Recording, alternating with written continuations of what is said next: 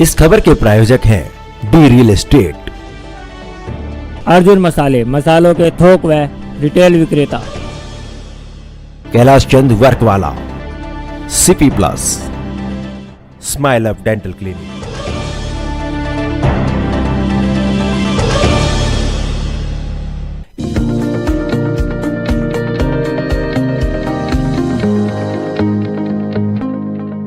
नमस्कार, आप देख रहे हैं डीकेपी न्यूज और मैं श्रुति दुबे।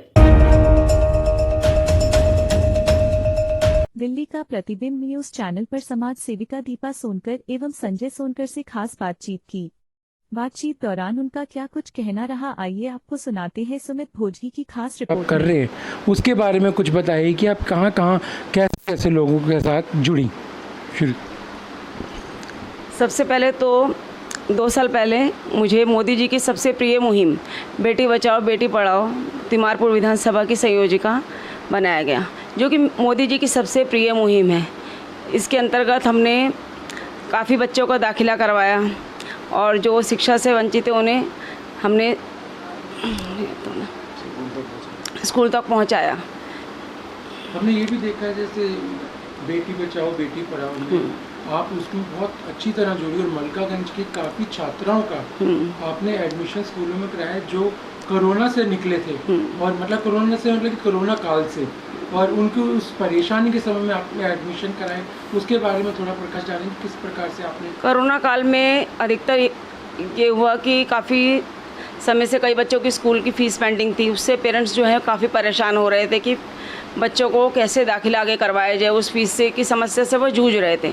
हमने उन्हें नए तरीके से उनका मार्गदर्शन करा और उनको मदद करी हमने स्कूल में एडमिशन वगैरह करवाने के लिए, ताकि सब बच्चे शिक्षित हो सकें और मलकागंज के सब बच्चे शिक्षित होंगे, ये हमारे लिए बड़े सौभाग्य की बात होगी भाई। लगभग 2-3 साल में हमने सुना है कि आपने काफ़ी संख्या में एडमिशन कराए, तो आप बता सकते हैं कि कितने एडमिशनों को आप करा चुके हैं अभी तक। हर 80-90 दाखिले जो हैं वो अधिकतर हम करवाते ही रहे हैं। 80-90 मतलब ऐसे कि रावलपिंडी में कराएंगे, इसके अलावा हाँ, अपने क्षेत्र के जो भी विद्यालय हैं उनमें बच्चों का एडमिशन करवाए। इसमें मेरे पति संजय सोनकर जी का पूरे तरह से योगदान है।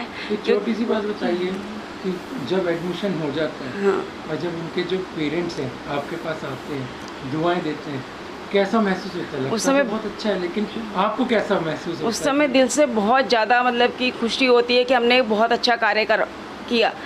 जो बच्चे नहीं आगे पढ़ सकते थे, जो हर जगह से हार चुके थे, मायूस हो चुके थे, उनको हमने सही राह पे चल के अपना पढ़ेंगे और हमें दुआएं मिलेंगी उससे, और बच्चे शिक्षित होंगे तो आगे देश का भविष्य उज्जवल होगा।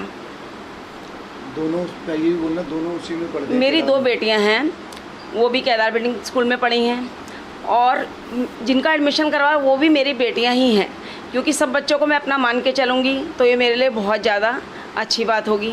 मैं चाहती हूँ कि हर बच्चा डॉक्टर, इंजीनियर, टीचर जो भी हो, सब बढ़िया से बढ़िया क्षेत्र में अपना योगदान दें, पढ़ें लिखें, बहुत आगे बढ़ें, क्योंकि इससे हमारा देश और ज़्यादा उज्जवल होगा, उज्जवल देश का भविष्य होगा। यही सब ज़रूरी है हमारे लिए। ये तो रही बच्चों की पढ़ाई के लिए। सुना है आप स्कूल की वाइस चेयरमैन भी हैं, हाँ। उसके बारे में कुछ प्रकाश डालें कि आप क्या क्या उस स्कूल में एक्टिविटीज़ आगे बढ़ाने के लिए बच्चों को कैसे पढ़ाई कराएं, अच्छी शिक्षा दे सकें, इसके बारे में कुछ। इसके लिए स्कूल में एसएमसी की मीटिंग होती है, तो वो महीने में 2 बार होती है, हमें बुलाया जाता है। हम सब एसएमसी के सदस्य वहाँ इकट्ठे होते हैं। स्कूल की जो भी समस्या होती है, जैसे किसी भी चीज़ के लिए, तो हमें प्रिंसिपल साहब और बाकी मैडम वगैरह बताते हैं, तो उनको हम सुधार करने की पूरी तरह से सब मिलके कोशिश करते हैं, और काफ़ी हद तक हम सुधार कर पाए हैं हर चीज़ में।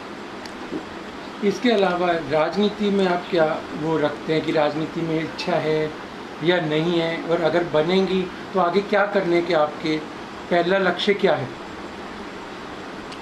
एक मिनट रुक लो भैया। अगर पार्टी मुझे आदेश देगी और मुझे इस योग्य समझेगी कि वो मुझे काउंसलर के चुनाव के लिए अच्छा समझती हैं, तो मैं उनको पूरा विश्वास दिलाऊंगी कि मैं मलकागंज में जो भी बुरी व्यवस्था है, सफाई की यहाँ पर हर जगह गली मोहल्ले में मतलब कि गंदगी, कूड़े का ढेर, हर जगह परेशानी, तो उसको हम अब भी मिलके करते हैं अपने पति के संग, लेकिन जब हमें वो इस योग्य समझेंगी तो उसको हम बहुत ज़्यादा अच्छे तरीके से करेंगे। पार्टी को हम पे पूरा विश्वास करना पड़ेगा और हमको सीट निकाल कर देंगे और अच्छा कार्य हमेशा करते रहेंगे। 15 साल से अंत में मैं ये कहना चाहती हूँ कि मैं अपने पति के साथ कंधे से कंधा मिलाकर समाज सेवा अब भी कर रही हूँ, आगे भी करती रहूँगी और मलकागंज की जनता को हमेशा हमसे हर उम्मीद जो होगी उस पर हम खरा उतरेंगे और हर उनकी कोशिश में कामयाबी करके दिखाएंगे। और जो समस्या है उसको हमारे चैनल के माध्यम से जी, सबसे पहले तो मैं आपका बहुत बहुत धन्यवाद करूंगा कि आप हमारे निवास पर आए। और दूसरी बात ये, जब आपने मलकागंज का मुद्दा उठाते हैं तो मेरे यहाँ पर अटैक करता है सीधे, क्योंकि मलकागंज को हम यहीं पर रखते हैं अपने। आज इतनी बुरी व्यवस्था है सुमित जी, निगम एक तो 10 साल से काउंसलर हमारी पार्टी की नहीं है यहाँ पर। बेशक दिल्ली में 15 सालों से भाजपा का शासन रहा है निगम में, परंतु यहाँ पर हमारा दुर्भाग्य रहा, पिछले 10 साल से कांग्रेस की निगम पार्षद जीती है और वो अभी कुछ समय पहले आम आदमी पार्टी में आ गई है, जिनका चुनाव चिन्ह सबको पता है, झाड़ू है। परंतु मैं तो उनको हमेशा कहता हूँ कि मैडम आप झाड़ू लगाना कब सीखोगे, झाड़ू तो पकड़ लिया आपने। हर गली के मोड़ पर आपको कूड़े का ढेर मिलेगा, जिसके लिए मैंने एक नारा भी बनाया था, क्योंकि पीछे चुनाव होने की ज़ोरदार संभावना थी, थोड़ा आगे बढ़ गए कि मलकागंज में फैले पिछले 10 साल से कूड़े के ढेर को हटाना है, तो इस बार आप सब ने मिलकर भाजपा का निगम पार्षद जिताना है, ये मैंने नारा दिया था। क्योंकि आप भी अपने चैनल के माध्यम से, मुझे पता है, जगह जगह की समस्याओं को उजागर करते रहते हैं। और अभी पिछले 2-3 महीने से तो सुमित जी एक नई समस्या यहाँ पैदा हो गई है। मलकागंज मेन रोड से आप निकलेंगे, कम से कम सुबह 7 से लेकर 10 बजे तक 1-1, 1.5 फुट पानी भरा होता है। विधायक साहब लापता हैं, वो दिल्ली जल बोर्ड पूरा यहाँ पर फेल हो चुका है। उसके बाद जब घूम के थाने से वापस जीटी रोड पे आएंगे तो 38 नंबर कटरे से लेकर डाक खाने तक इतना बुरा हाल है कि लैटरिंग बह रही होती है। और आज कल सुबह अष्टमी के दिन ही मैंने अपनी लाइव वीडियो डाली थी, उसमें मैंने विधायक साहब को ये भी कहा था कि विधायक साहब, अब मलकागंज की जनता को लगता है आपकी शक्तियों का एहसास कराना पड़ेगा। जैसे प्रभु श्री राम पे जब संकट आया तो हनुमान जी को उनके जामवंत जी ने उनकी शक्ति का एहसास कराया था कि उठो बजरंगबली, जागो बजरंगबली। ऐसी शायद मुझे लगता है मलकागंज की जनता अब विधायक जी के द्वार पे जाके उनसे गुजारिश करेगी, उनको जगाएगी कि भैया अपनी शक्ति का एहसास प्रयोग करो और जल बोर्ड के द्वारा हमें इस गंदगी से निजात दिलाओ। अच्छा जी, ये तो बाकी मलकागंज की समस्या होगी। जैसे कि अभी हमने बात की कभी दीपा जी ने बताया कि बच्चों की पढ़ाई के लिए उन्होंने बहुत काम किया, जिसमें आपका भी योगदान उन्होंने बताया। किस तरीके से योगदान किया, मतलब कि एडमिशन के लिए क्या क्या परेशानियाँ आ रही जो आपने की? देखो सुमित जी, सबसे पहले मेरी बचपन से एक आदत है, क्योंकि मैं खिलाड़ी रहा हूँ अंतर्राष्ट्रीय स्तर का, तो हमेशा हमें सिखाया गया कि जो भी करो वो सबसे पहले अपने ऊपर लागू करो।